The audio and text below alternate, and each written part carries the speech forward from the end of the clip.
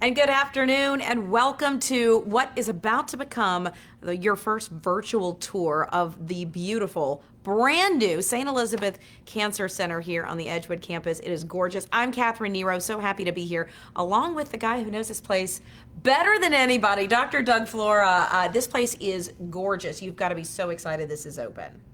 Years of planning, and we're finally here together. Thanks for coming today. I'm so glad to be here. This is literally 5 floors of just gorgeous, at one amenity after another. Of course, the people who are coming here, we don't want anybody to come to a cancer center, certainly, but St. Elizabeth opened this up. The whole idea was just to provide that level of care to the community that was lacking, and now everything's under one roof.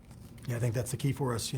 We've had great clinicians, we've had good medical care, we've had people that were passionate about helping cancer patients. We've never been in one place. And so the room we're in is where we all talk every morning about the cancer patients. The suites that will start to tour are places where people will receive care. It feels like home. It's important to know we all have our masks at the ready. We are socially distanced, so we just remove them. So that's number one as you walk in here. Speaking of walking in, you guys had the big grand opening last week. Some patients have actually been seen here. You've got to be excited. Tell us what the patients have said so far about seeing this place. Yeah, that's a treat. So we started a couple days ago with some gynecologic oncology patients. I had my own first clinic today, and the patients were just beaming. I think there's a sense of pride, not just hope and excitement and enthusiasm because it's a pretty place, but I think everybody's feeling the momentum here that we're moving cancer in a different direction than we've seen here in Kentucky for some time. What does it mean, though? You mentioned, and we've talked before about this, about the thousands and thousands of hours of not just man hours of putting this place together, but thinking this through, the vision. What is it like now to have this vision finally come to life? Relief. It's more than relief. It has to be more than relief. It's I guess what we feel here is this pulse of the whole community has come together.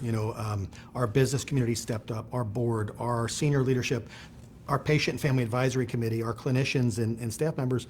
Everyone was working together, and I feel like now that the place has been assembled, I'm thrilled with the outcome. I'm thrilled with what people are about to experience the first time they walk into this building.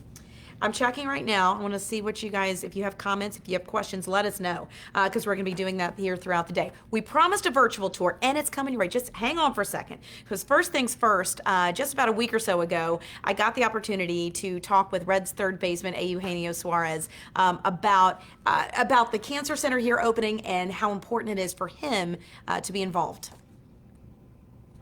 Why is it important for you to be a part of this community and a part of this opening? God used me to be part of this. It's just because he has something to me. He has something for. He used me to tell everybody how important is this, how this guy work, how St. Elizabeth works, and they try to help everybody, and be part of this group is so special for me. Cancer has touched Eugenio's family as it has touched just about everybody's family. I'm a cancer survivor, treated right here at St. Elizabeth, and I'm so excited to be here to see this. And so the Red's such a great partner for you guys, I know, and a great partner for the community as well. All right, let's start talking about this beautiful, beautiful place. So you mentioned where we are here. We'll get to this place in just a little bit. But first things first, let's take a look at some of the wonderful amenities that this place has to offer. So you're going to see a little bit of the video as we start talking about some of these great organizations, or great amenities, I should say, as we move forward. What's your favorite part of this place, by the way? I think the atrium. I feel like gorgeous, isn't it? It feels natural. It feels so non-hospital-like, and I wanted, our whole team really wanted this to be a home for patients, and it feels homey to me. Let's take a look at the outside first and foremost, because it blends in with this campus and yet at the same time stands out, if that makes any sense. It's gorgeous at the outside. Yeah, I mean, you get a sense for the scale and the scope and the magic on the outside of the building, and it sort of belies the size of the interior. You start to see these gigantic sweeping curves, and everything that you see in there is supposed to be deriving the feelings of nature and natural light rather than the harsh fluorescence of hospital rooms and hospital beds. And I think the effect that the engineers and the HGA, our architects, were able to come up with was just exactly what we wanted. One of the most I think intriguing places or parts of this that you guys announced a while back that people are really interested in is the Doterra Center for Integrative Oncology. Explain what this is, what this will do for patients who are coming into this. It's because cancer is not just about the body; it's about the mind as well. Yeah, we really wanted to concentrate on whole person care, and this center is part of addressing the things that maybe chemo and CAT scans did not take care of. You know, how do you feel about your cancer? How do you deal with the emotions that come with it? How do you rebuild the body after chemotherapy, or control the things that you put in your mouth that might have distinct contributions if your cancer might come back? And so that center for us lets us have a home for those patients to deal with the things that aren't just tumor related. This was a really kind of, I mean, this is innovative to bring in a facility like this to provide this whole person care, if you will, for cancer patients. Yeah, I hope this is where medical care is headed. We understand that the patients have their own goals, and for many years and decades, it's been built around us as the providers. And you know, it's pretty clear from data that patients are seeking these things anyway. And so St. Elizabeth wanted to make sure that our patients could have access to that in this cancer home, but also that it was medically supervised and done with real appropriate scientific rigor. So the things that we're talking about in that place are things that may reduce anxiety or insomnia or reduce nausea or just the angst of being a cancer patient, while the clinical trials and the really dedicated staff of cancer fighters are working upstairs with real standard of care. You mentioned food that goes into your mouth, and that is a really one of the amazing places that you see as you walk through this beautiful cancer center is the demo kitchen. So this isn't just a regular kitchen. This is the demo kitchen. Yeah, well, I'm a big fan of food, but Same. As science has evolved, we're understanding that obesity contributes to maybe 12 or 13 different cancers. We know that there are things that you can do from a dietary standpoint that would reduce your risk of recurrence of an estrogen receptor positive breast cancer, or reduce your risk of developing colon polyps that could develop into colon cancers. And so we thought we couldn't really tackle cancer without moving this into the prevention and health aspects in terms of literacy. So we're going to teach people how they can eat and reduce their risk of harm. And in fact, that's what we're going to be doing tomorrow. I'll be in the demo kitchen. We're going to be here all week, giving you really up close and personal inside sneak peek tours of this cancer center. So we're going to be talking about some smoothies you can make at home, and we're going to be doing it right here from the demo kitchen. So that will be fun. In addition to that, you mentioned that whole mind, body, spirit. You're treating it all here. The meditation room is another place downstairs that people might want to spend some time. Right. So I'm married to a woman who's really meticulous about grammar, but I'm going to make a grammatical mistake here and say, I really believe we have to meet the patients where they're at. And I know Gotcha. but part of this healthcare move on our part is to try and be where the patients need us to be. And we know that things like mindful meditation have been shown to help women with breast cancer deal with their diseases. That's evidence-based, level 1 evidence. We wanted to have a place for quiet reflection for staff. If we've had a really, really challenging half an hour or hour with a patient that wrecked us too, it's a place to catch your breath. It's a place for quiet reflection and prayer if it's something that's important to you. And we felt like it had to be here. And by the same token, right outside there, the healing garden, kind of the same idea when the weather's nice. Yeah, this whole person care is important to us. The idea that you can have a connection with nature, the fact that you can walk through this healing garden and gather your wits if you've just heard that your mammogram was unseemly or scary, if you've had a bad CAT scan or a bad conversation with your doctor today about something. We wanted people to have a place to just kind of center themselves and reflect a little bit and catch up and then move on to the medical care. And so that space, the meditation space, the yoga studio, other places are hopefully a centering home for the patients. So next up is the retail pharmacy. Why is this important to have here in the Cancer Center? So one of the things that we learned as we did patient surveys and we looked through available evidence for cancer centers was that the number one or two thing that all patients wanted was everything under one roof. And so if you've ever been a caretaker of someone with cancer, you know how all-encompassing it can be, the number of things that are required of you. And so we thought one of those things we could do was remove a trip to a local pharmacy if we built that in-house. It'll have all the drugs and durable medical equipment, things like that, but also saves you a stop on the way home. Absolutely. So it is really, I mean, it's a one-stop shop. This is do everything right here. In addition to that, let's talk about the next piece of video here is the level 1 information desk. And explain, how this works for the patient as he or she might walk through. Well, what we believe is that our patients are going to be guests in our home. And so you're being welcomed by the sunniest, friendliest face we have in the building on that floor. She's lovely. She's a friend, and we all love her. And that's what we want people to feel is you're here, and we're glad to have you. We're sorry that you have to be here, but we're going to hopefully make it a gentler ride. The Mammography Suite is up next. So will everybody who gets a mammogram come here, or who will come here to get their mammograms? So what we've done, we have a very large women's health center that does the majority of the mammographic screening for the healthy patients out in the community. If you need a diagnostic mammography, we've moved there. And there will be 4 radiologists right there in that section. And the hope is ultimately to get to the point that we could do same-day biopsies if we can get to that point. Fantastic. It's important for the patients. Obviously, if you receive scary news on an ultrasound or mammogram, you really want an answer quickly. And Yeah, so those 3 days can be very, very long absolutely. sometimes. Yes. And we're aware of that, and we don't want people to feel that way. So that's something our breast cancer teams and our women's health team have identified as a possible need that we may work towards. Tell me about precision medicine and what that encompasses here. So we built a center for precision medicine, genomic health in the building. It's on the floor right next to the breast center, actually. It's a place where people can get enhanced genetic screening for risks for diseases. So if you get your cheek swabbed or blood drawn, it identifies that you have a specific gene mutation that might predict a greater chance of developing a cancer. Then hopefully we've not just prevented or protected you by identifying that and giving you the important information, but maybe even your family members who have a reasonable chance of inheriting the same gene. There's also a section where we check the genes of how you metabolize drugs, and it's called Pharmacogenomics. We'll have a PharmD and doctors there that can help you understand how you metabolize the chemicals that we put in your body and how to dose those most appropriately so each patient gets the right dose at the right time.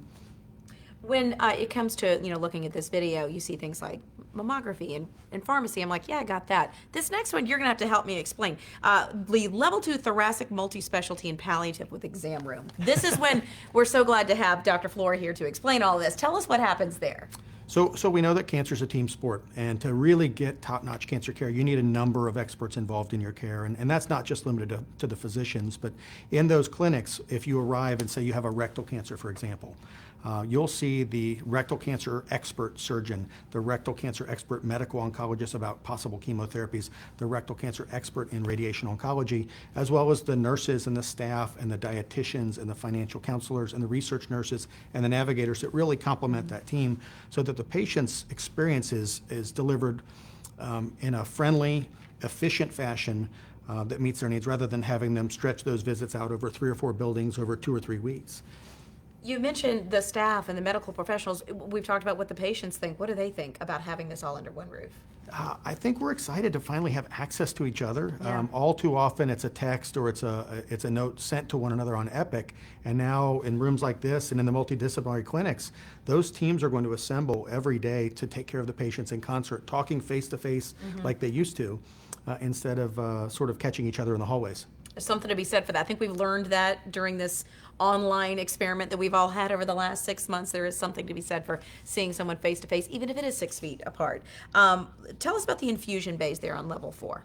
So that's something we're really excited about. We've built 56 infusion suite chairs now, which gives us the space for us to spread people out safely, but it's also a pretty soft touch. They've got private rooms if you wish to go in a completely private suite and shut the door and put on your headphones and watch a movie and have no one see you other than your nurse, great.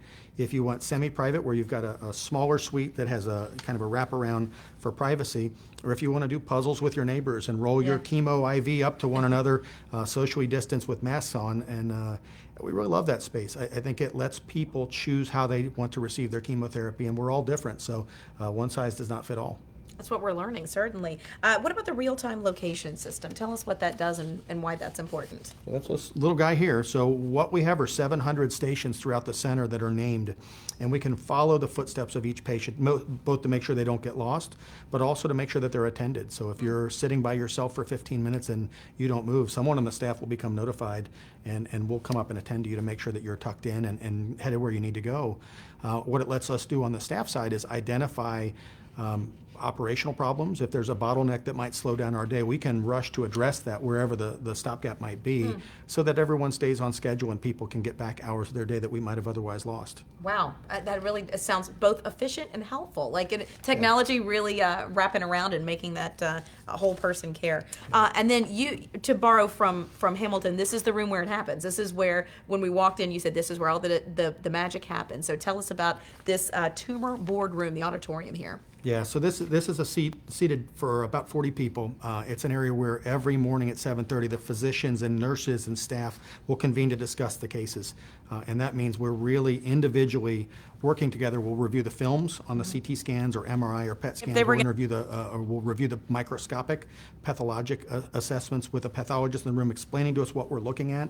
And then research people and all of the support staff and the navigators are all in one room. So we come to an understanding of what this team feels should be the optimal approach to care. And then we go downstairs and execute it together. How did that process play out before this room? Fragmented. You know, we've tried and we've done everything we can to put these folks in a room, but COVID has really messed with that because of space constraints. And we've been doing it on Zoom or Teams for the last 4 or 5 months, and it's just not the same as having a surgeon and a radiation oncologist both talk about what their modalities can offer the patient, and then hearing each other listen and really understand what the other person is trying to bring to the table. And then together we all choose the path that we think best represents the path we choose for our family members. So, in that tour, taking us through each of those places, and many of us won't see all of those places, let's hope, but it really does show that, continuum of care to take care of mind, body, and then the fears of cancer patients as well. Yeah, I think for us in this building, the glue is the nurse navigator. You'll get a nurse navigator assigned at diagnosis, and that person works for the patient and for the family. They'll travel throughout this entire building directing the care, saying, hey, listen, you seem like you might be struggling with this emotionally. Let me walk you down and introduce you to Julianne at Cancer Family Care for a one-to-one counseling session, or a massage, or acupuncture, or just the meditation suite to catch your breath before you get on the highway and drive home. The navigators for us are the people that will help connect the patients to the building. Speaking of those patients, as we mentioned, we spoke with Eugenio Suarez, the third baseman for the Reds, a couple weeks back, and he had a message for patients here at St. Elizabeth. If they were going to show this video to patients in the hospital, do you have a message of, get well that you'd like to tell them? From my heart, I want to tell you guys, like, stay strong, believe in God. He gonna take care of you. He gonna take care of you. He gonna take care of your back. He always gonna be here for you guys. Just stay strong, believe in God, and following your dream. And like I always say, like I tell you, and I repeat and repeat and repeat, believe it on God, and He got your back.